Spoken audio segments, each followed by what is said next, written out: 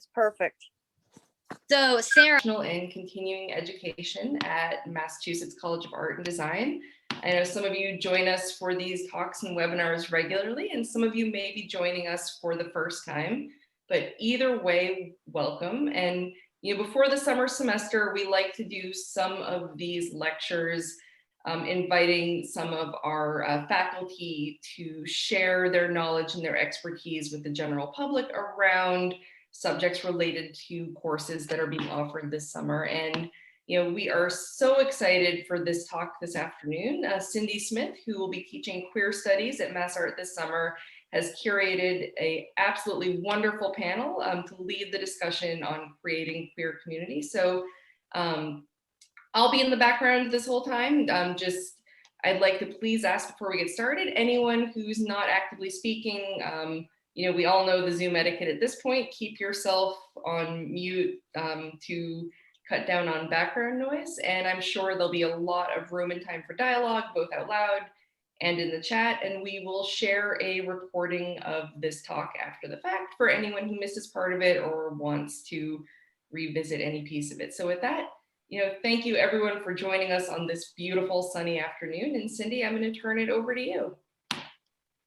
Sarah, thank you very much. Thanks to you. Thanks to PCE for the invitation to share this discussion on creating queer communities. And thanks for the opportunity to introduce queer studies to PCE. Queer Studies is a liberal arts course at Mass College of Art and Design. Thanks to everybody who signed up and registered to come to the talk today. We're really excited about it. And thanks especially to the panelists and to my co-host, Jennifer Cole, who is going to take over right now and introduce the panel and get us started today, because we have a lot to talk about and we want to get right to it. Jen. Thank you. Yeah, so thank you. Thanks to Cindy for inviting us all here. We don't want to spend too much time introducing because we have so many people that are here on the panel, and would love to hear from those of you who are in the audience. But we have Paul Fitzgerald, who is History and Politics. And we have Jacqueline Nunez, who is the president of Wonder Group. She is a real estate developer, and so that appeals to the architects among us. And then we have Thomas Mackey, who is a poet and also wrestles. And then we have Rico, who does art, Rico St. Paul, who does art and philosophy. So Paul, Jacqueline, Rico, and Thomas, do you want to say anything quick about yourselves and why you're here? Sure, I'll go. No, I think I'm going to learn a lot today about creating community for our community. And what interested me in being here today is because I build residential housing as our community, and building housing for our community is very important to me. So that's why I'm here. Yeah, that's great to hear. I could add too, I think that for me, I'm at an age now where I actually feel like I'm my own little queer history museum because I've seen so much of it, because I've been in the middle of it. And I think that this idea of community is now becoming, has a new relevance that it didn't have necessarily in the past. I think that if you go back and look over the last 30 years in terms of queer community, there have been fundamental changes. And I think that there is now a sense of wanting to re-examine what that means and maybe build something new based on what we can see looking at the past and where we are now. So this is really an exciting opportunity to participate with a bunch of other people and just exploring, what does queer community mean? What does it look like? What did it look like? How has it changed? Where are we now? And where can we build in the future? To jump off what you said, Paul, also, I think like as a young person, like to be feeling like you're in the midst of queer history in the making, like there's also very much that feeling of challenge to create space, especially, in the last year and a half with the pandemic. And I also think there's a challenge to connect with older generations because of, yeah, I'm excited to be here today and to be bridging those connections. Rico, do you want to say anything? Yes, I Cindy would know. I'm a very active listener, and I like to really get a good understanding of how people are seeing themselves, how people are speaking, and I don't know where they're coming from, and then feeling that within myself. And it's amazing because hearing from all of the other panelists, I feel smaller fractions of the spectrum within myself. I would say for myself, I'm actually really excited to be in collaboration with Cindy because it's so weird after graduating from Mass Art, there's so many holes back to my experience and to my learning. So I'm always excited to give back information and what I continue to learn. But particularly just having dialogue, having discussion. I mean, one of the main aspects of community is conversation and gathering. So I think that's what I'm really excited to do and just to learn from everybody, And also, pardon the halo in the background. I'm trying to get a good lighting that's not completely blinding, but it's a work in progress. So. You're good, yeah. Cindy, do you want to, I'm not usurping your stuff, but do you want to talk about your course at all? And maybe Rico and Thomas can also talk because they are alum of the course. Can you talk about what the experience was specifically in this course and how you relate it to creating queer community in your lives? I could make a quick comment, and I love that everybody has talked about the changing nature of creating community. One of the reasons that this was the topic for today, aside from the fact that it was timely, is that during the course of the class, community is one of the first issues that students bring up. And I think it's one of the prime issues that those of us who are a little bit outside of the undergraduate demographic bring up too amongst ourselves. But in the course of the class, and Rico and Thomas both touched on this, is that the first thing that students will ask is, where is the community? How can I find it? What does it do for me? And over the course of the class, they tend to more focus on, how do I create it? And I think that's what just got mentioned here. How do I participate in creating it? And that's what Jacqueline and Paul both mentioned, that as we grow older, we and more experienced and get out into the world. And even in the course of over the course of the class, over the course of the semester, we become more interested in how can we create it for ourselves and others, rather than where do I find it and what can it do for me? And that's a transition that I really love to see. How do we create it through dialogue? How do we create it through work? And that's one of the interests that I have in presenting the class and presenting resources and presenting readings and presenting action. And how do we create a safe space so that students and then alums and colleagues and friends can how do we, and you and I have done this, how do we create and present materials in our disciplines so that we can let students go out and create space for themselves? And you do it in your classes as well. It's the same, and as the disciplines come together.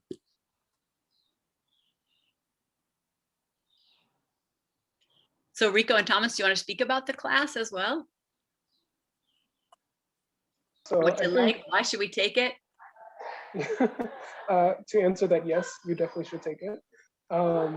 Also, I think when Cindy is speaking, the class has changed so much from each iteration, I guess you could say. From each class that has met, there's been a different evolution of the queer studies class. And I feel very appreciative because I was in the origin queer studies class, I guess you could say. So it was really experimentation, learning what is this class, what can it be? And I think there's a lot of different points that the class really resonated with me. I think particularly one point we were speaking about just pop culture and media. And one topic that I brought up was, I don't know if any of you've heard of the Queer as Folk. It's a show. And just speaking about it, I had such like an interest and a connection to it, but other people, they actually didn't appreciate it. They thought it wasn't a good source of representation. It wasn't helping the community forward. And to almost have that dissonance was exciting because I never even realized through my own viewpoint that it could be more. You know, it's almost as if through learning and talking and dialogue, people think community is everybody is in one room, a large auditorium. We're all high-fiving each other because we just agree with everything we say. But it's really discussion, learning from each other, maybe having these kind of turbulences, and also finding ourselves in the community. And I think, especially one other point that I'll just mention, a lot of the times in my department, it feels very isolating. And to see, I think one point I looked out and it felt as though I carried like a white identity, you know, the kind of like identity of all who I look out is white, and then I forget myself. And I made that realization in that class because we were speaking about how we interact, how we see ourselves, how we see others.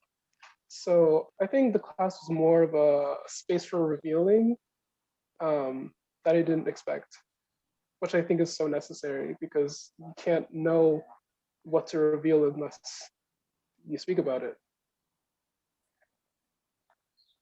Definitely. I think to like echo on that, like it just very much is a space where you sort of are allowed to critique everything, and like like you said, like there is very much like this open idea of like, well, like what if it was more, you know, and like, you know, we do deserve more, and like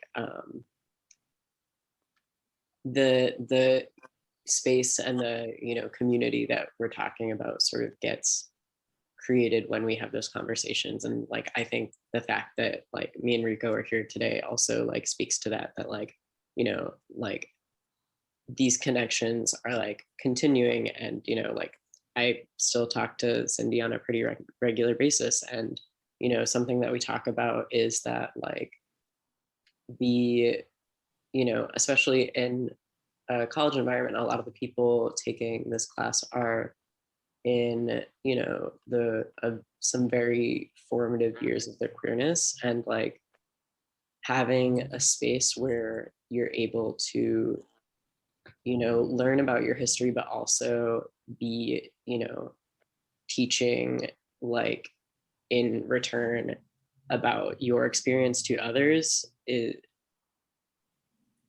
I think allows a very like encouraging environment to grow in.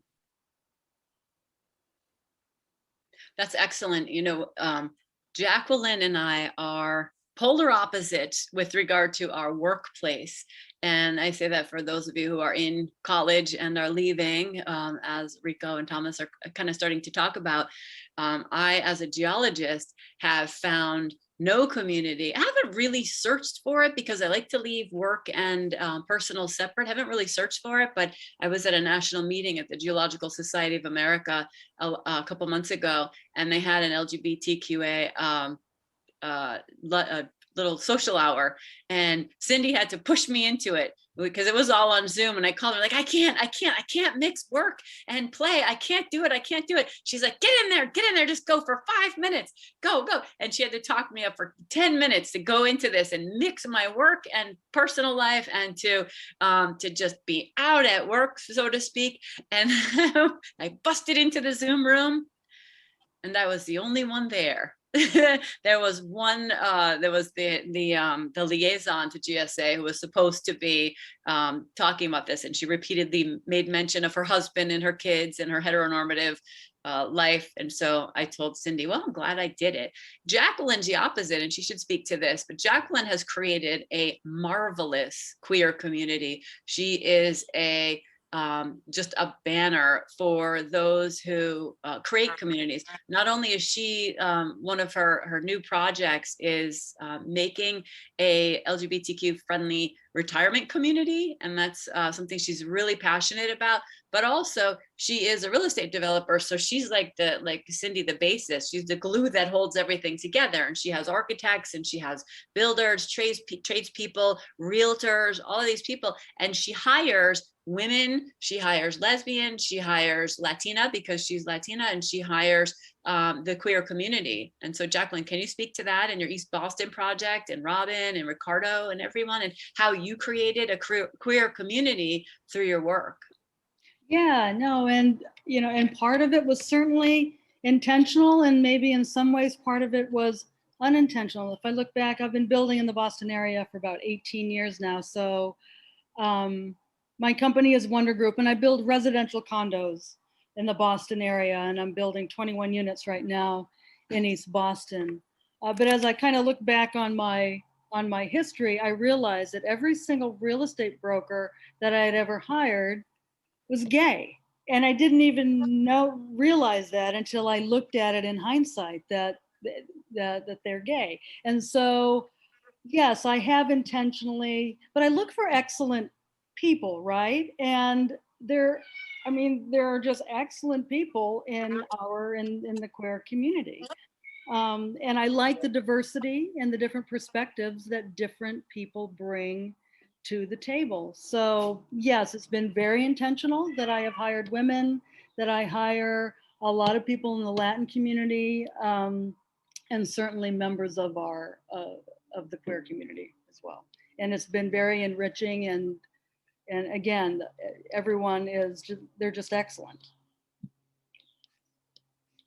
And as far as the retirement community, that was one thing. As you all talk about community, in my head, I'm actually picturing an actual community, right? Somewhere on acreage that has homes, that has some other intentional aspects to it that would attract, I'm interested in an intergenerational type of community that would have a focus for our LGBT community.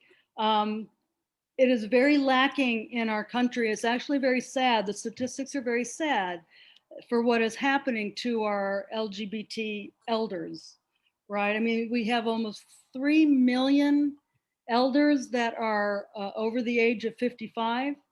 And as we get older and we begin to transition into different areas of care, many of us are having to go back into the closet when we go into whether we need some sort of assisted living or some supportive care. And so there are not enough communities being built that really focus on our needs. And it also isn't just about our needs, but it's also about being able to maintain who we are in our community as we transition through our life stages. And for me, it's important that to create a community where I can be, and whoever is a part of it, we can be ourselves. We can fully be ourselves and be who we are and be among our tribe. And certainly, while for me being gay is certainly a large part of who I am, it certainly isn't everything that I am, and nor is it probably everything of anyone's identity of who they are. We are a lot of things. But that is, I want that to be my swan song project, that I find 100 acres somewhere and build smaller types of housing to make them as affordable as possible to really attract those in our community. We have a very strong need for it. There are very few. I think Boston's building one in Hyde Park, and it hasn't broken ground yet, but there are very few across the country. I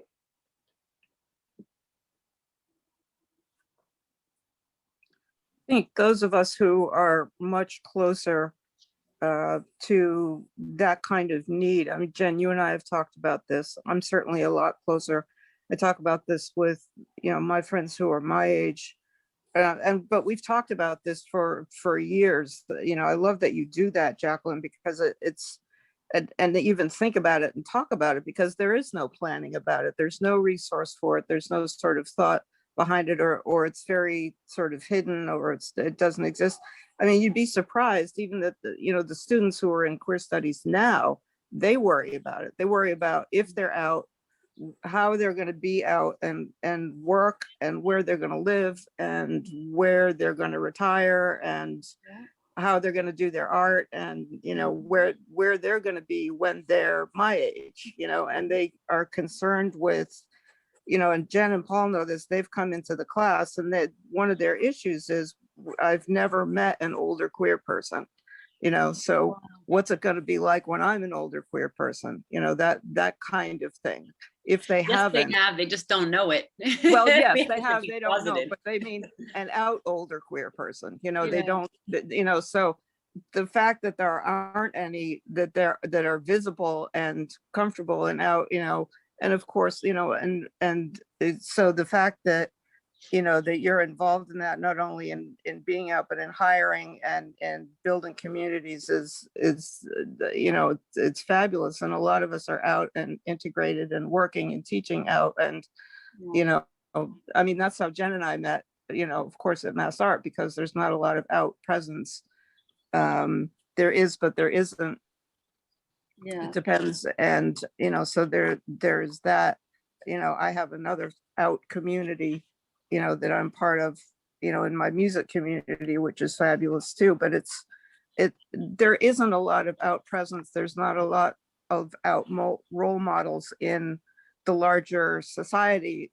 The class itself is a social sciences class, so the focus is institutional. It's not personal. It's not psychological. It's not a counseling class. So we try to look at the larger situations, like housing, like economics, like politics, like, what are we going to do in the larger picture, like resources, like climate change, like, putting these larger ideas together of community. So that's, I love what you do. That's fabulous. And also maybe I can get Paul to kick into that, because he and I talk about this kind of thing all together. You there, Paul? I am here. I am here.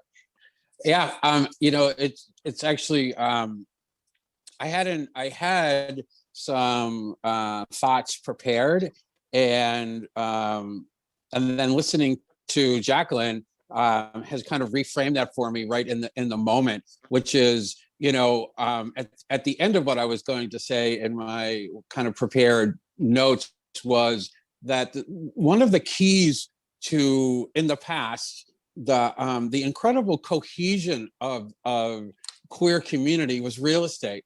I mean, there's just no denying that. There was an intense concentration of similar people in a shared geographical location, known as like the gay neighborhood, right? Yeah. Like, for instance, I moved into the South End in 1988. I'm still here, but Jesus Christ, like, the neighborhood is not in any way what it was back then. And what is missing is that concentration of queer people in a small and very demarcated geographical location that is essentially queer space, queer territory. When people cross into the South End, the non-queer people very much understood that they were now in our hood. This is our space, our place. We do things our way. We hold hands in public. We do, we have drag queens walking down the street in the middle of the afternoon with their wigs on, going to buy groceries. I mean, this is how we live, and you are in our space. right? You were invited, you're welcome. But we live the way we live, and it's also prettier than where you live and more fabulous. And life is good here. It's like the enchanted village. It may have started off as like the island of misfitted toys or whatever from Rudolph, but it turned into something really remarkable. And then AIDS came and destroyed a lot of that cohesion because, while you had this tremendous amount of energy and a sense of cohesion and community because of that crisis, and all of your neighbors and all your neighbors were all faced with the same incredible obstacle, difficulty, and surrounded by death, every day, everywhere that you went.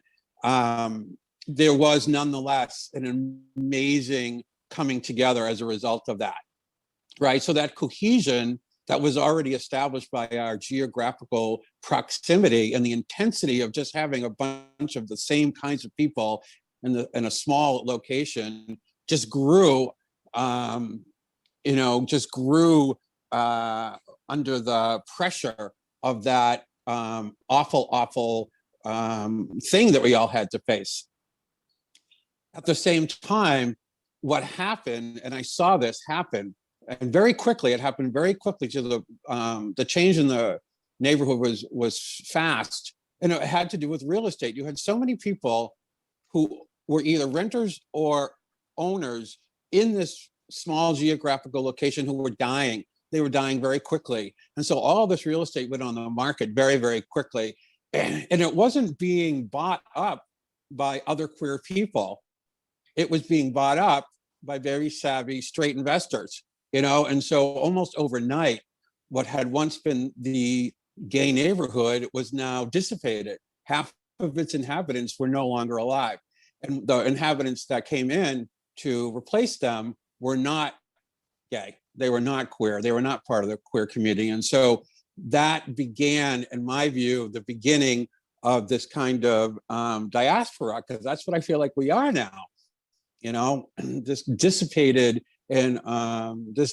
culture that was once incredibly tight and cohesive as a result of its geographic proximity. Paul, I just wanted to say thank you for speaking to the history, just in your experiences, just in your experience with how that connects as well. It actually connects me to something I wanted to talk about, because in one of my classes, one of my jobs, I actually had another member, I guess, a member of the queer community with wisdom, of the past, of the AIDS epidemic. And it was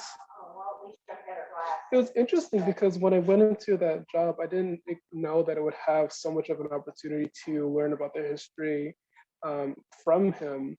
But the more that we had conversations, he was a very conversational person, and he lived this experience. And as you say, Paul, being one that is like a living historian, a living history, you not only hear about the information, you see it in their face. You see the pain that has gone by. And that's not anything that you can read about necessarily. You experience their stories, you experience their losses, their how would you say, reclaiming through art. It's all in their words, but it's very painful, but it's also very connective to hear. And when I think about community, it's that sharing of that knowledge, that lineage. And I appreciate lineage so much because in art is a kind of lineage, because you look at who you're inspired by, who affects you, and you bring that into your practice. In the same way of history, you learn about others, you learn about their experience, how it connects to yourself, and you bring that into your life, and then it continues forward. But unless you have those conversations, unless you're exposed to that kind of emotion, that experience, that wisdom, it fades in a way. So if anything, it's more important to speak out, to be out, because if you're not, then it's just invisible, I guess you could say. Rico, that's interesting to say. To what extent do you and Thomas, and we would all love to hear from those of you who are in attendance, feel you have found a queer community at Mass Art, created a queer community at Mass Art, and to what extent do you feel like you're able to bring that forward in your life, either in the direction that Jacqueline has, surrounding herself with fabulous queer community, and some of us have, versus being in a bit of an echo chamber in that regard. And I'd love also to hear about this, thinking about Paul's comment, the notion of integrating versus finding a community that is just us in the South End. So Jacqueline and I were in Provincetown with a bunch of friends last summer, two summers ago, sorry, pandemic. And we had a really interesting discussion about all, 50 age women saying, is there still a need for Provincetown? It used to be that that's where you went to be out.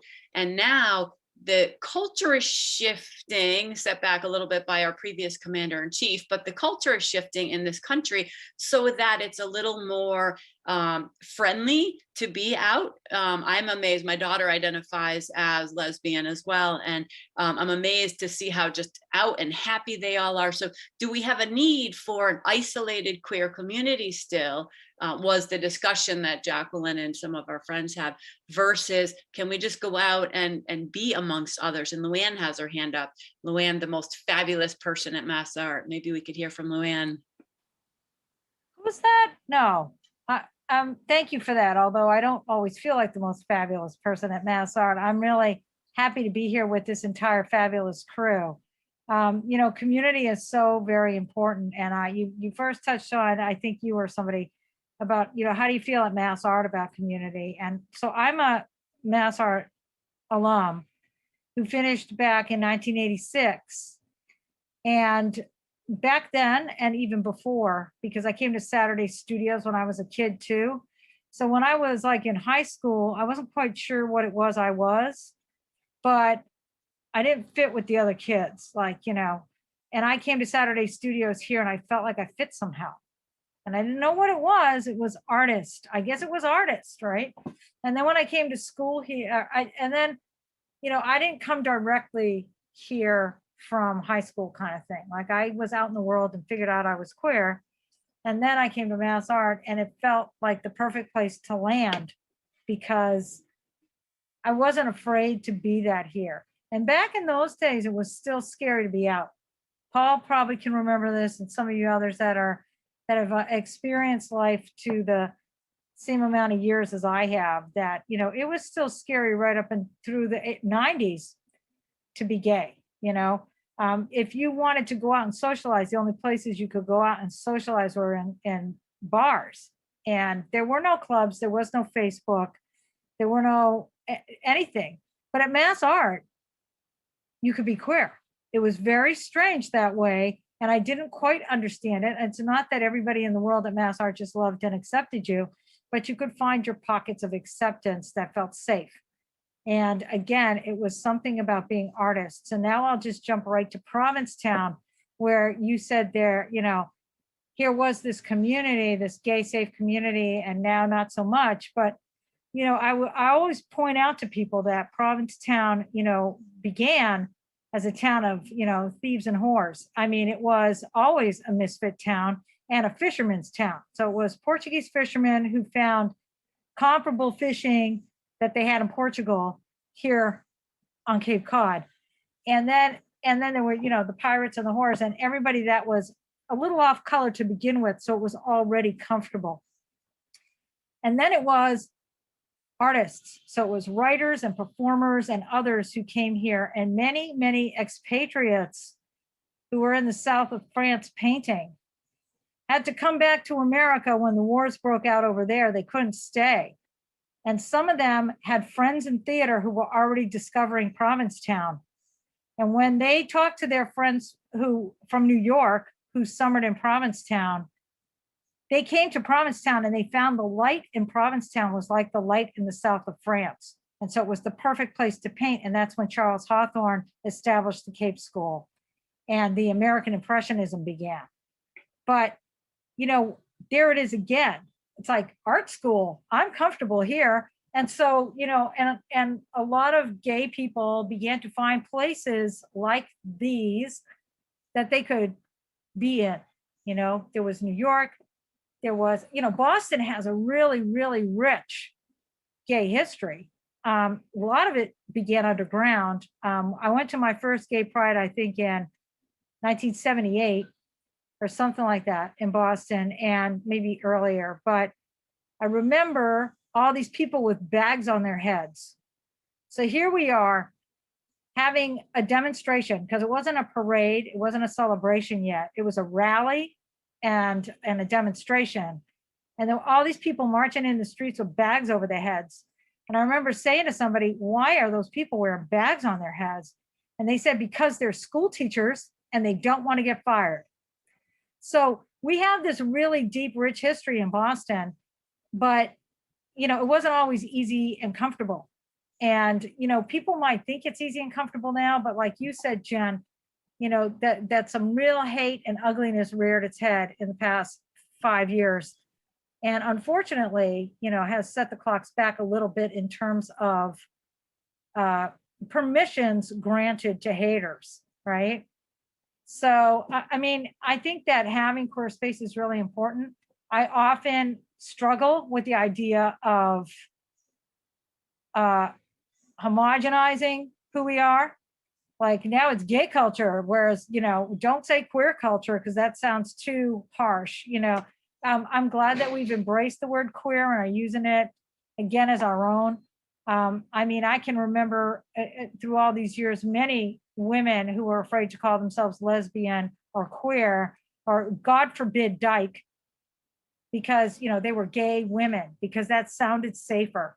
So, you know, it's really an interesting thing. There is a group, I don't know if y'all are familiar with the History Project in Boston, but it is a project that is documenting our history in Boston. And you can look them up online, and they often have talks and films and all kinds of stuff, but they are, you know, like documenting and making a library of what queer culture in Boston has been. And if you're really interested in it, you should look into it. I can't believe I just went on like that. Sorry, you guys. I get really Riveting. excited. No. Absolutely riveting, absolutely riveting. And it's interesting because as you were talking, Andrew said, hate the word queer in the chat. And I'd love to, and Cindy, you know, Cindy and I talk about this as well. I know, Luann, you're getting great positive feedback, the word queer, because I stumble over the LGBTQI, like I don't even know what all those letters strung together always mean. And I was going for a walk, and Cindy and I talk on the phone every morning for about 2 hours. I was going for a walk, and I was like, geez, wouldn't it be nice if we could just have just one word instead of naming alphabet soup? And I was like, oh yeah, Cindy did it, queer. So yeah, what are your thoughts? Yeah, so some people in the chat are saying they love the word queer. It simplifies things with this whole group of people that are together. But yeah, as Luann said, there were negative Jump in on connotations. that. I Yeah. can jump in on that, Jen, because we actually in class, I get about half and half about people who are uncomfortable with it, people who love it like I do. And yes, you and I have this discussion. But so the word itself is actually came out of British English into use about 50 years ago. I'll make this really quick, but it means different. It means other. It means weird in its original usage. And it came to be applied to gay culture about 50 years ago, maybe 60, 70 years ago now. And it came to be a slur about between the First and Second World Wars. And it came to be reclaimed by queer culture as a positive more recently. But I would say about half of my students are still uncomfortable with it. Probably more queer adults are more uncomfortable with it now. But we use it to mean now the academic field of queer studies. And we also use it by the end of the class. We talk about it a lot in terms of definition, the way Jen and I had that discussion. We use it to mean more than sex and gender. We use it as a term of analysis, as in queerness and transness, to say, look, we're going to do things differently. We're going to think about something differently if we think about it in a queer way. So for instance, we looked at Frankenstein a couple of semesters ago when we did the Frankenfest thing, and there are ways of looking at literature in a queer way, which is how queer studies started. It started as a literary analysis, Right. actually as an analysis of Gothic literature. You can look at queer Shakespeare. There are books like Queer Theology. Jen and I are talking about science and in a queer way. We're talking about media and media literacy in a queer way, which means just to look at it differently. So to queer something is to look at it in an academic sense in a different way.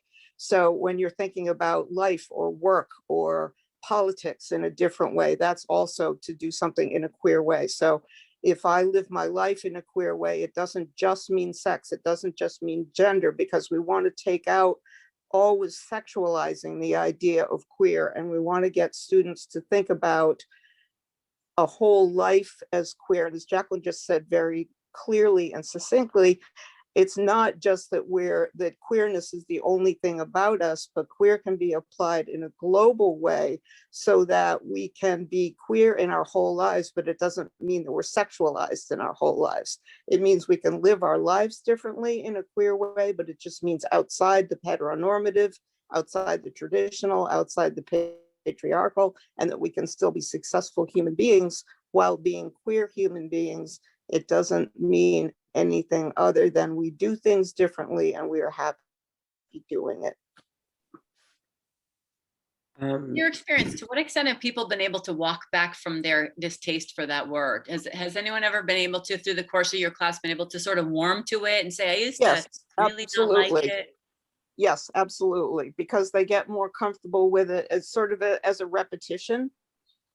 You know, when they hear it used over and over again as a term, and they realize that their peers who they respect and that the people that they read get more comfortable with it.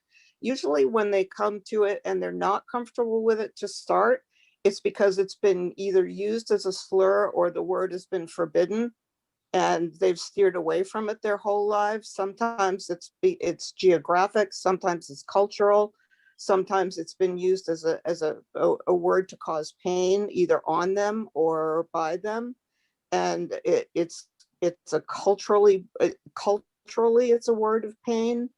But as they start to hear it over the course of the 16 weeks or the 15 weeks, they become more desensitized to it as it's used over and over again in the course of and we discuss it the first class.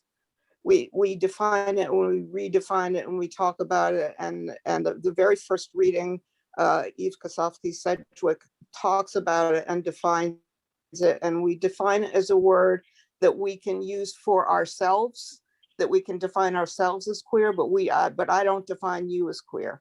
So I own it, I use it, I will define myself as queer, I will not define you as queer, but we make sure that that's how it's used. So it's a self-identifying word. It's not a word that I will ever use on somebody else, because we're aware of the sensitivity of it and the history of it. So yes, it does happen. Great question. And Thomas has some follow-up to that. Yeah, go for it, Thomas. Yeah, I think just like part of like being a part of the queer community in general is how globalizing that word is. And I think, sorry, I'm just gathering my thoughts. I think that, you know, in terms of when we're talking about creating space and gentrification and, you know, where has this like physical space gone for queer people?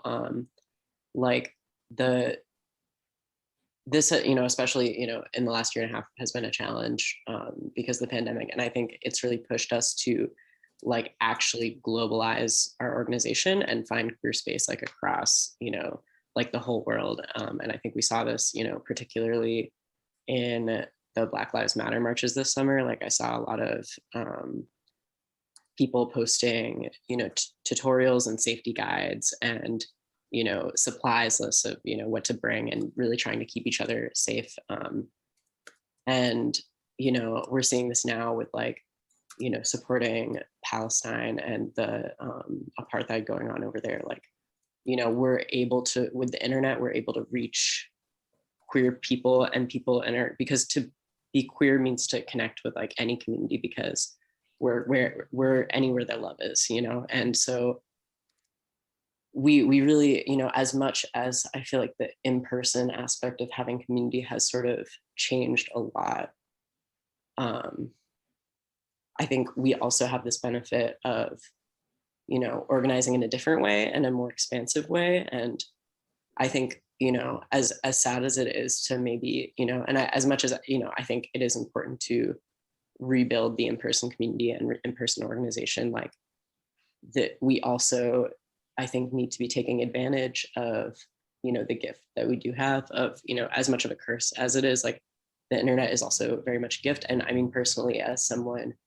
who, grew up in the age of the internet, I, was able, part of the reason I was able to come out so young was because like I came out at, I think, 14 years old. And, part of the reason I was able to do that was because I was on the internet, searching about what being trans was. And, part of that was I had met a couple of trans people in person, and that, sparked that sort of role of research. But like, I was able to find community online when I was too young to find it in person. And I think that also, and part of the, finding safe community and like, especially like dating as a trans person in the current, world with the internet, like you can go into these spaces where that you're going to be safe, or like really pick and choose before you meet up with someone in person. And it really, cuts down on danger. So I think that, the space that we're creating is really different, but I also think like we're creating this huge space, and it's bigger than we can hold. And, that I think there's something to be said about that too. That's excellent. Excellent things to say.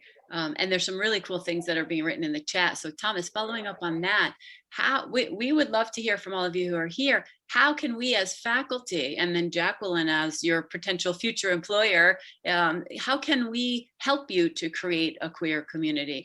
And in some cases, such as Cindy's class, that's really easy. It tends to be that there are more queer identifying students, Cindy, I think you'll say, that take this class are interested in a class. I'm a geologist, I teach science, and I always struggle and wonder, to what extent should I come out to the class or to individuals? To what extent do you care? It's not something that is germane to my topic. And when I've guest lectured in Cindy's class and have asked that question, people have said, yeah, they prefer that, that they do know that they have an ally, that there's someone that is queer in the classroom, but that it's not some big pronouncement, that it is, just dropping into the conversation, something about it. So to what extent, and feel free to put this in the chat too, or would love to hear from those of you who are here, can we support you in the queer community at MassArt and then beyond? If I can, sorry, if it's okay if I respond to that. I think, especially in a classroom setting, we have at MassArt, there's that queer studies space, but I think, a lot of what we're talking about is how do we make things accessible for people who, feel different ways about different things or have different reactions to different things. And I think, the main thing that I was focusing on, when I was thinking about this webinar today was like creating multiple spaces and how important that is. And especially in an education setting, like, on a base level of accommodations, like people need different, or, some people might know what they need for accommodations, but some people might have no idea, but still need them. Or also, in terms of when you're talking about radical ideas, like who is teaching moment to moment, and, if that's out of a sense of obligation, or if that's out of a sense of the joy of sharing information, and then on the flip side of that, if, the person sharing has if they don't have firsthand, experience with something, are they able to teach about it without ingraining their own biases into it without really realizing it? So, it's important to, for creating queer space, like it's essential to create multiple spaces. And when you do that, like it just increases the chances for us to connect with each other. And it just like makes our message stronger. It makes our community stronger. So, you know, I think that really is key, especially in an educational sense.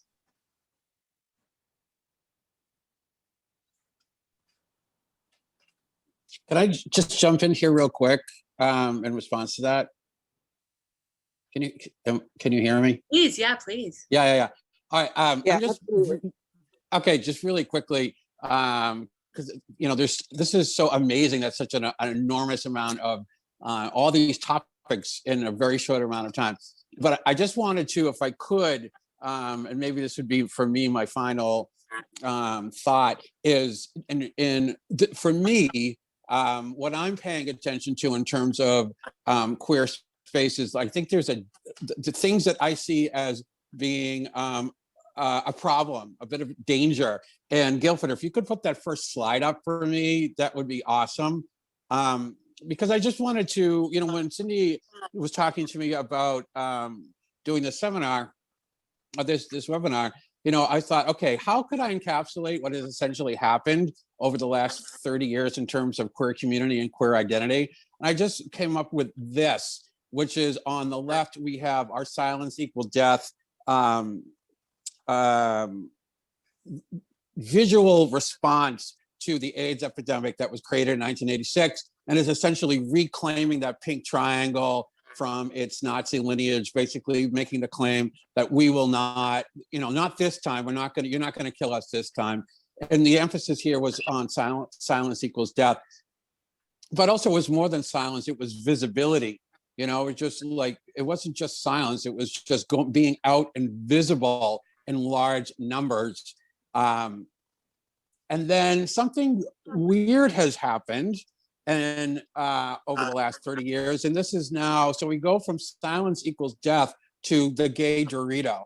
And I'm not sure what that means. You know, I'm not sure if, you know, junk food from PepsiCo, this gigantic multinational company, is that a good thing? Does that help in terms of gay community? You know, do we need gay Doritos? I don't know.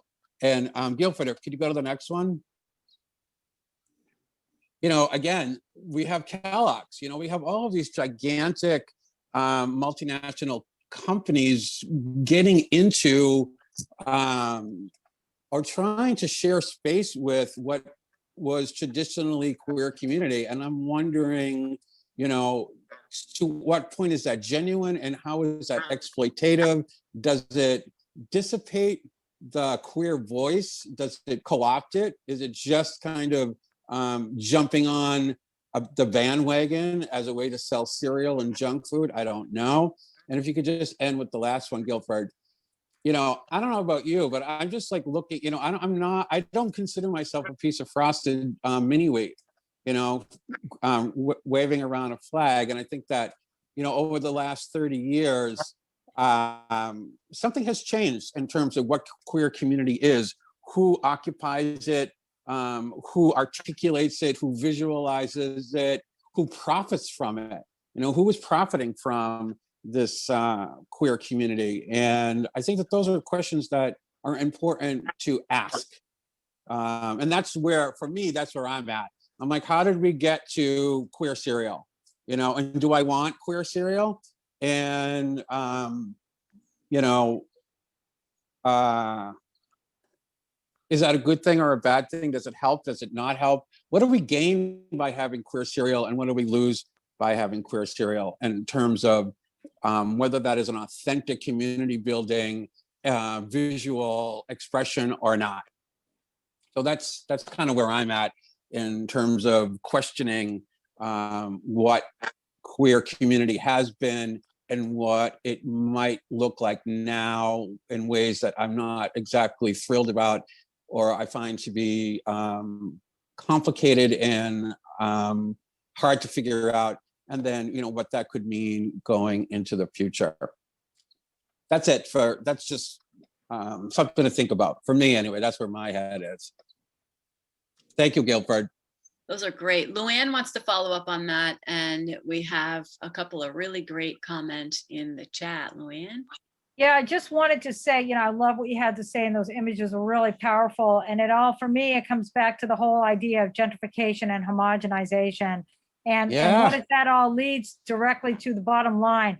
So anywhere that, the status quo or, white society can find a way to make a buck on the back of someone else, they will. And it's just like what I was writing about earlier in this chat, that, a lot of gay and people of color too, who could not find, and artists especially too, who found neighborhoods to call their own and build their own and make them really cool and fabulous. And all of a sudden they become trendy and hip and cool, and everybody wants a piece of that action. And that's when gentrification happens. And again, somebody moves in to take over a lifestyle almost that others have built through tears and blood. And then, they just make money on it. Yep. So many times today, people ask me why I bother to go to the Gay Pride Parade anymore. Now, we didn't have it last year because of COVID, but I go to the Pride Parade, or as it was beginning, the march every year. And the reason that I started was because it was a march and I felt it was my obligation to participate. And the reason that I go today is because I feel like some of us still need to show up for what it was, right? Some of us have to remind people that the first Gay Pride was a riot. It was a riot, Yeah, And, I do. and some of us, I have stood alongside really young folks who have cheered and not known what the roots of this were, and had conversations with them about those brown paper bag teachers, and bowing before the elderly women and men who come through on the school buses, who are, or the duck boats, who were the leaders of the movement back when, you could be stoned for it. And I don't mean, like get smoking a joint. I mean, like people would literally bash the heck out of you on the street. People who lived through that are the ones I bow to.